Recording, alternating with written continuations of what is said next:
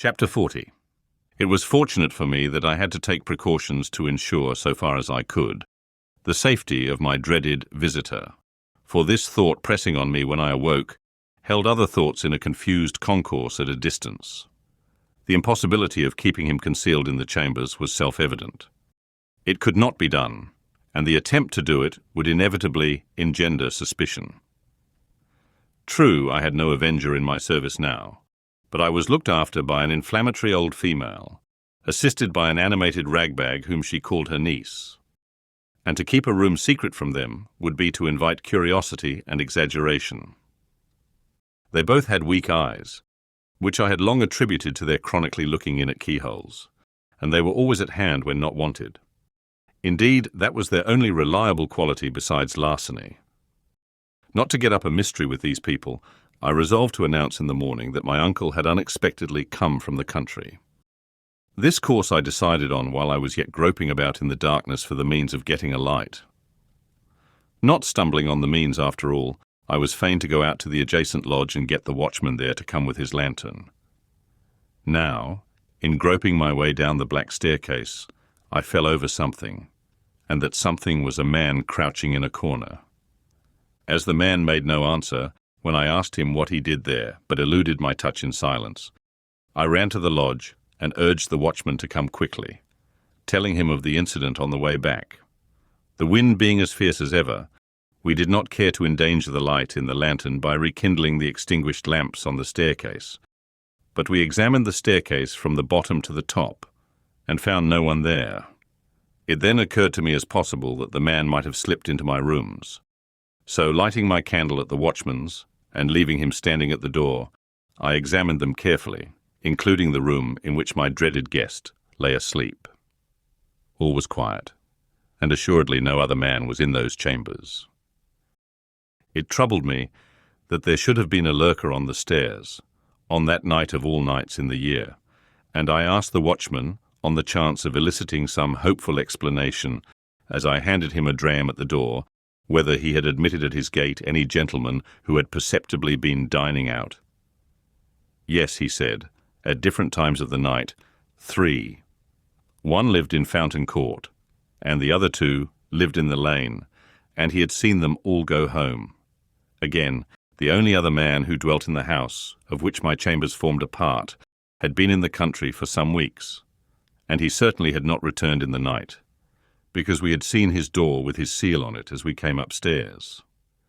"The night being so bad, sir," said the watchman, as he gave me back my glass, "uncommon few have come in at my gate.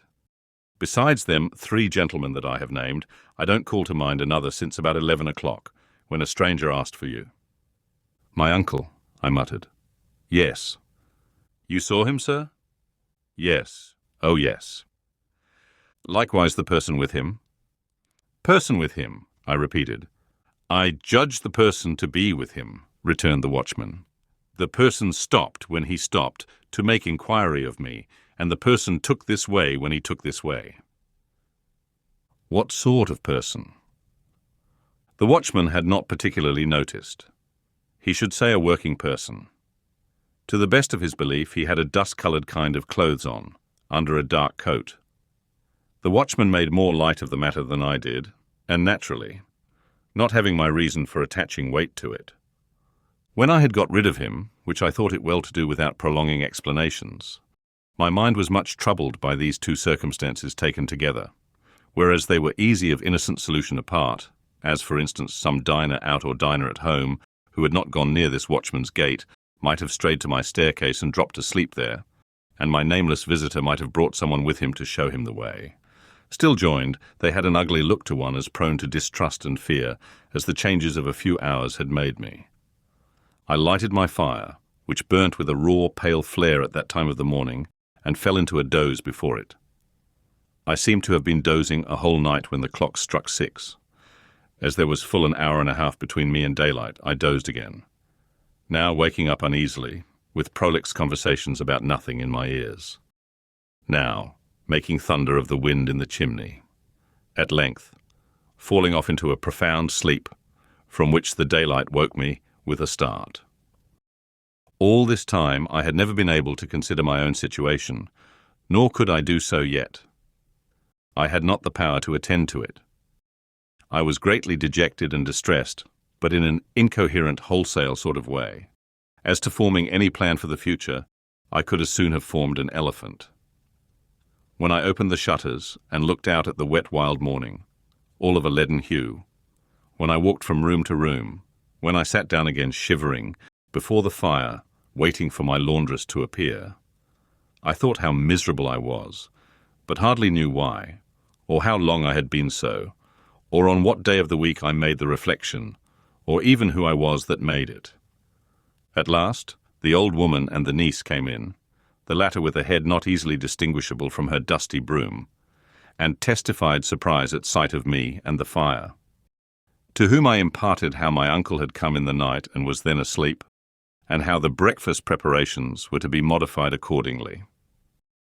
Then I washed and dressed while they knocked the furniture about and made a dust, and so, in a sort of dream or sleep-waking, I found myself sitting by the fire again, waiting for him to come to breakfast. By and by, his door opened, and he came out. I could not bring myself to bear the sight of him, and I thought he had a worse look by daylight. "I do not even know," said I, speaking low as he took his seat at the table, "by what name to call you. I have given out that you are my uncle." "That's it, dear boy. Call me uncle." "You assumed some name, I suppose, on board ship?" "Yes, dear boy, I took the name of Provis." "Do you mean to keep that name?" "Why, yes, dear boy, it's as good as another, unless you'd like another." "What is your real name?" I asked him in a whisper. "Magwitch," he answered, in the same tone. "Christened Abel." "What were you brought up to be?" "A warmint, dear boy." He answered quite seriously, and used the word as if it denoted some profession. "When you came into the temple last night," said I, pausing to wonder whether that could really have been last night, which seemed so long ago. "Yes, dear boy." "When you came in at the gate and asked the watchman the way here, had you anyone with you?" "With me? No, dear boy." "But there was someone there?" "I didn't take particular notice," he said dubiously, "not knowing the ways of the place, but I think there was a person too come in alonger me." "Are you known in London?" "I hope not," said he, giving his neck a jerk with his forefinger that made me turn hot and sick. "Were you known in London once?" "Not over and above, dear boy. I was in the provinces mostly." "Were you tried in London?" "Which time?" said he with a sharp look. "The last time." He nodded. "First knowed Mr. Jaggers that way. Jaggers was for me." It was on my lips to ask him what he was tried for, but he took up a knife, gave it a flourish, and with the words, "And what I done is worked out and paid for," fell to at his breakfast. He ate in a ravenous way that was very disagreeable, and all his actions were uncouth, noisy, and greedy. Some of his teeth had failed him since I saw him eat on the marshes, and as he turned his food in his mouth and turned his head sideways to bring his strongest fangs to bear upon it, he looked terribly like a hungry old dog. If I had begun with any appetite, he would have taken it away, and I should have sat much as I did, repelled from him by an insurmountable aversion, and gloomily looking at the cloth. "I'm a heavy grubber, dear boy," he said, as a polite kind of apology when he made an end of his meal. "But I always was. If it had been in my constitution to be a lighter grubber, I might have got into lighter trouble. Similarly, I must have my smoke. When I was first hired out as shepherd t'other side the world, it's my belief I should have turned into a melancholy mared sheep myself if I hadn't have had my smoke." As he said so, he got up from table, and putting his hand into the breast of the peacoat he wore, brought out a short black pipe and a handful of loose tobacco of the kind that is called Negro head. Having filled his pipe, he put the surplus tobacco back again, as if his pocket were a drawer. Then he took a live coal from the fire with the tongs and lighted his pipe at it, and then turned round on the hearthrug with his back to the fire, and went through his favourite action of holding out both his hands for mine. "And this," said he, dandling my hands up and down in his as he puffed at his pipe, "and this is the gentleman what I made, the real genuine one.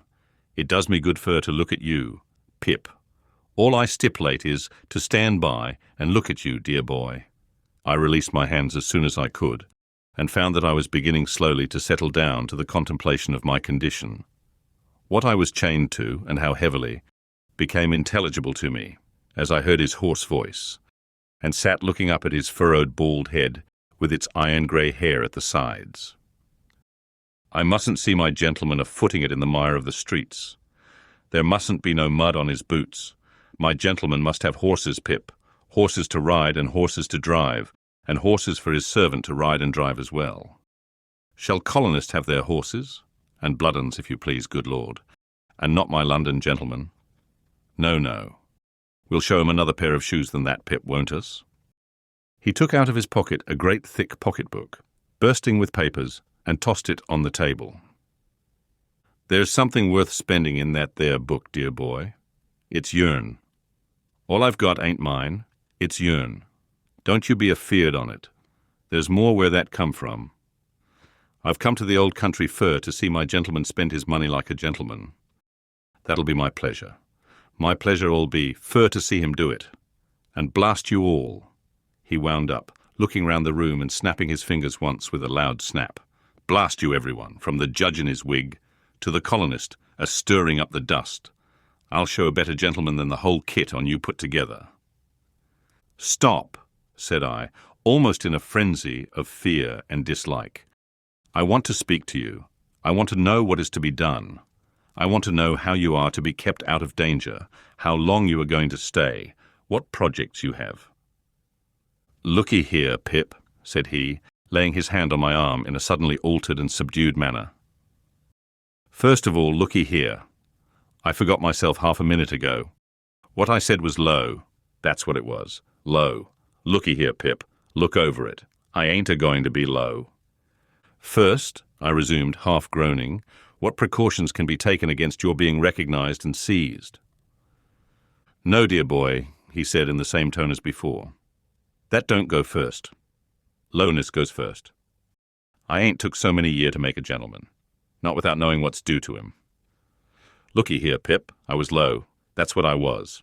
Low. Look over it, dear boy." Some sense of the grimly ludicrous moved me to a fretful laugh as I replied, "I have looked over it. In heaven's name, don't harp upon it." "Yes, but looky here," he persisted. "Dear boy, I ain't come so fur, not fur to be low. Now go on, dear boy. You was a-saying, how are you to be guarded from the danger you have incurred?"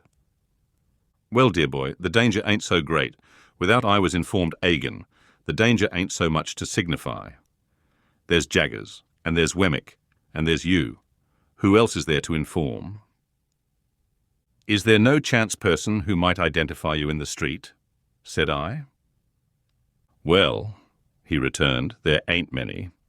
Nor yet I don't intend to advertise myself in the newspapers by the name of A.M. come back from Botany Bay, and years have rolled away, and who's to gain by it? Still, looky here, Pip. If the danger had been 50 times as great, I should have come to see you, mind you, just the same." "And how long do you remain?" "How long?" said he, taking his black pipe from his mouth and dropping his jaw as he stared at me. "I'm not a-going back.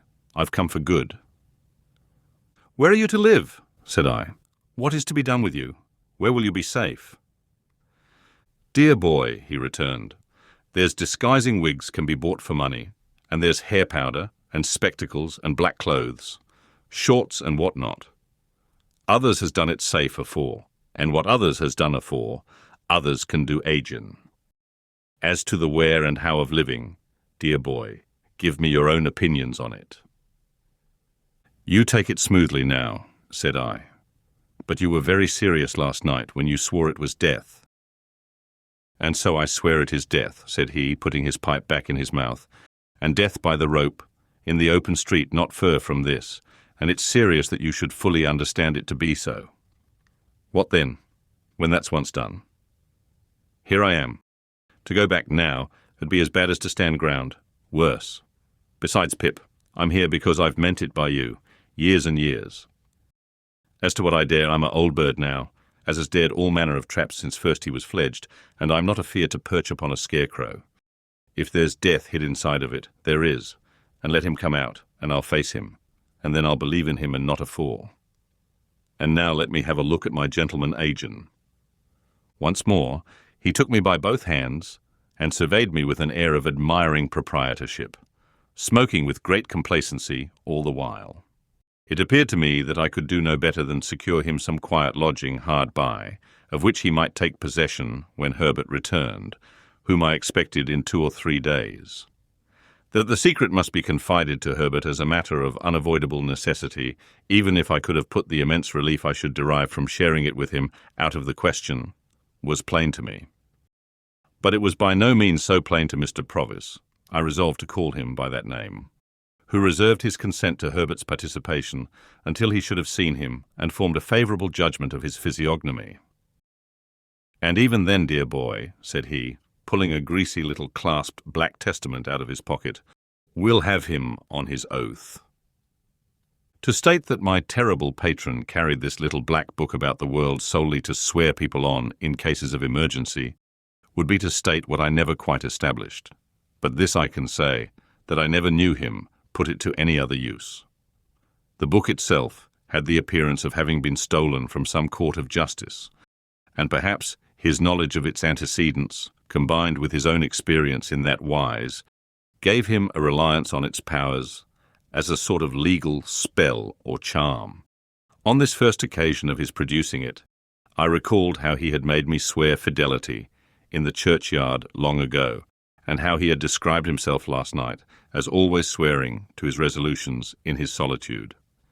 As he was at present dressed in a seafaring slop suit, in which he looked as if he had some parrots and cigars to dispose of, I next discussed with him what dress he should wear. He cherished an extraordinary belief in the virtues of shorts as a disguise, and had in his own mind sketched a dress for himself that would have made him something between a dean and a dentist. It was with considerable difficulty that I won him over to the assumption of a dress more like a prosperous farmer's, and we arranged that he should cut his hair close and wear a little powder. Lastly, as he had not yet been seen by the laundress or her niece, he was to keep himself out of their view until his change of dress was made. It would seem a simple matter to decide on these precautions, but in my dazed, not to say distracted, state, it took so long that I did not get out to further them until 2 or 3 in the afternoon. He was to remain shut up in the chambers while I was gone, and was on no account to open the door. There being to my knowledge a respectable lodging-house in Essex Street, the back of which looked into the Temple, and was almost within hail of my windows, I first of all repaired to that house, and was so fortunate as to secure the 2nd floor for my uncle, Mr. Provis. I then went from shop to shop, making such purchases as were necessary to the change in his appearance. This business transacted, I turned my face, on my own account, to Little Britain. Mr. Jaggers was at his desk, but, seeing me enter, got up immediately and stood before his fire. "Now, Pip," said he, "be careful." "I will, sir," I returned, for coming along I had thought well of what I was going to say. "Don't commit yourself," said Mr. Jaggers, "and don't commit anyone. You understand? Anyone. Don't tell me anything. I don't want to know anything. I am not curious." Of course I saw that he knew the man was come. "I merely want, Mr. Jaggers," said I, "to assure myself that what I have been told is true. I have no hope of its being untrue, but at least I may verify it." Mr. Jaggers nodded. "But did you say told or informed?" he asked me, with his head on one side, and not looking at me, but looking in a listening way at the floor. Told would seem to imply verbal communication. You can't have verbal communication with a man in New South Wales, you know. "I will say informed, Mr. Jaggers." "Good. I have been informed by a person named Abel Magwitch that he is the benefactor so long unknown to me." "That is the man," said Mr. Jaggers, "in New South Wales." "And only he?" said I. And only he, said Mr. Jaggers. I am not so unreasonable, sir, as to think you at all responsible for my mistakes and wrong conclusions, but I always supposed it was Miss Havisham. As you say, Pip, returned Mr. Jaggers, turning his eyes upon me coolly and taking a bite at his forefinger. I am not at all responsible for that. And yet it looked so like it, sir, I pleaded with a downcast heart. Not a particle of evidence, Pip, said Mr. Jaggers, shaking his head and gathering up his skirts. Take nothing on its looks. Take everything on evidence. There's no better rule. I have no more to say, said I with a sigh, after standing silent for a little while. I have verified my information, and there's an end. And Magwitch, in New South Wales, having at last disclosed himself, said Mr. Jaggers, you will comprehend, Pip, how rigidly throughout my communication with you I have always adhered to the strict line of fact. There has never been the least departure from the strict line of fact. You are quite aware of that? Quite, sir. I communicated to Magwitch, in New South Wales, when he first wrote to me from New South Wales, the caution that he must not expect me ever to deviate from the strict line of fact. I also communicated to him another caution. He appeared to me to have obscurely hinted in his letter at some distant idea he had of seeing you in England here. I cautioned him that I must hear no more of that he was not at all likely to obtain a pardon, that he was expatriated for the term of his natural life, and that his presenting himself in this country would be an act of felony, rendering him liable to the extreme penalty of the law. I gave Magwitch that caution, said Mr. Jaggers, looking hard at me. I wrote it to New South Wales. He guided himself by it, no doubt. No doubt, said I. I have been informed by Wemmick, pursued Mr. Jaggers, still looking hard at me, that he has received a letter, under date Portsmouth, from a colonist of the name of Purvis, or Provis, I suggested. Or Provis. Thank you, Pip. Perhaps it is Provis. Perhaps you know it's Provis. Yes, said I. You know it's Provis. A letter, under date Portsmouth, from a colonist of the name of Provis, asking for the particulars of your address on behalf of Magwitch. Wemmick sent him the particulars, I understand, by return of post. Probably it is through Provis that you have received the explanation of Magwitch in New South Wales. It came through Provis, I replied. Good day, Pip, said Mr. Jaggers, offering his hand. Glad to have seen you. In writing by post to Magwitch, in New South Wales, or in communicating with him through Provis, have the goodness to mention that the particulars and vouchers of our long account shall be sent to you, together with the balance, for there is still a balance remaining. Good day, Pip. We shook hands, and he looked hard at me, as long as he could see me. I turned at the door, and he was still looking hard at me, while the two vile casts on the shelf seemed to be trying to get their eyelids open and to force out of their swollen throats. Oh, what a man he is! Wemmick was out, and though he had been at his desk, he could have done nothing for me. I went straight back to the temple, where I found the terrible Provis drinking rum and water and smoking Negro head, in safety. Next day the clothes I had ordered all came home, and he put them on. Whatever he put on became him less, it dismally seemed to me, than what he had worn before. To my thinking, there was something in him that made it hopeless to attempt to disguise him. The more I dressed him and the better I dressed him, the more he looked like the slouching fugitive on the marshes. This effect on my anxious fancy was partly referable, no doubt, to his old face and manner growing more familiar to me. But I believe, too, that he dragged one of his legs as if there was still a weight of iron on it, and that from head to foot there was convict in the very grain of the man.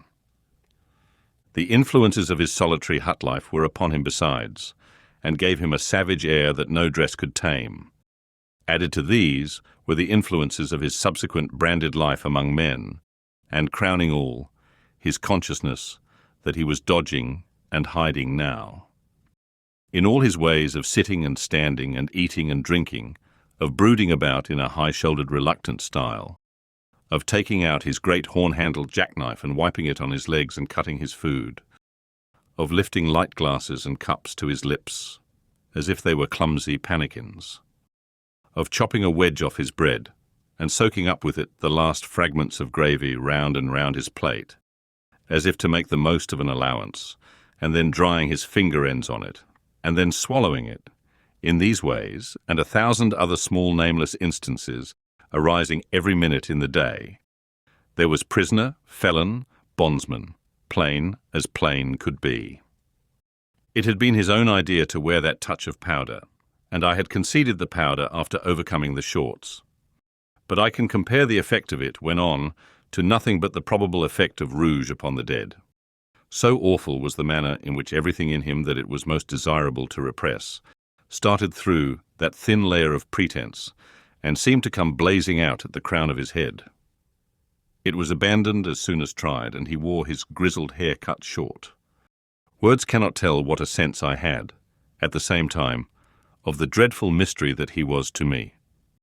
When he fell asleep of an evening, with his knotted hands clenching the sides of the easy-chair, and his bald head tattooed with deep wrinkles falling forward on his breast, I would sit and look at him, wondering what he had done, and loading him with all the crimes in the calendar until the impulse was powerful on me to start up and fly from him. Every hour so increased my abhorrence of him that I even think I might have yielded to this impulse in the first agonies of being so haunted, notwithstanding all he had done for me and the risk he ran, but for the knowledge that Herbert must soon come back. Once I actually did start out of bed in the night and begin to dress myself in my worst clothes, hurriedly intending to leave him there with everything else I possessed and enlist for India as a private soldier. I doubt if a ghost could have been more terrible to me, up in those lonely rooms in the long evenings and long nights, with the wind and the rain always rushing by. A ghost could not have been taken and hanged on my account, and the consideration that he could be, and the dread that he would be, were no small addition to my horrors. When he was not asleep, or playing a complicated kind of patience with a ragged pack of cards of his own, a game that I never saw before or since, and in which he recorded his winnings by sticking his jackknife into the table. When he was not engaged in either of these pursuits, he would ask me to read to him. Foreign language, dear boy. While I complied, he, not comprehending a single word, would stand before the fire surveying me with the air of an exhibitor, and I would see him, between the fingers of the hand with which I shaded my face, appealing in dumb show to the furniture to take notice of my proficiency. The imaginary student pursued by the misshapen creature he had impiously made was not more wretched than I, pursued by the creature who had made me, and recoiling from him with a stronger repulsion, the more he admired me, and the fonder he was of me. This is written of, I am sensible, as if it had lasted a year. It lasted about 5 days. Expecting Herbert all the time, I dared not go out, except when I took Provis for an airing after dark. At length, one evening when dinner was over, and I had dropped into a slumber quite worn out, for my nights had been agitated and my rest broken by fearful dreams, I was roused by the welcome footstep on the staircase. Provis, who had been asleep too, staggered up at the noise I made, and in an instant I saw his jackknife shining in his hand. "Quiet, it's Herbert," I said, and Herbert came bursting in with the airy freshness of 600 miles of France upon him. "Handel, my dear fellow, how are you? And again, how are you? And again, how are you? I seem to have been gone a 12-month. Why, so I must have been, for you have grown quite thin and pale. Handel, my halloa, I beg your pardon." He was stopped in his running on and in his shaking hands with me by seeing Provis. Provis, regarding him with a fixed attention, was slowly putting up his jackknife and groping in another pocket for something else. "Herbert, my dear friend," said I, shutting the double doors, while Herbert stood staring and wondering, "something very strange has happened. This is a visitor of mine." "It's all right, dear boy," said Provis, coming forward, with his little clasped black book, and then addressing himself to Herbert. "Take it in your right hand. Lord strike you dead on the spot. If ever you split in any way somever, kiss it." "Do so, as he wishes it," I said to Herbert. So Herbert, looking at me with a friendly uneasiness and amazement, complied, and Provis immediately shaking hands with him, said, "Now you're on your oath, you know. And never believe me on mine if Pip shan't make a gentleman on you."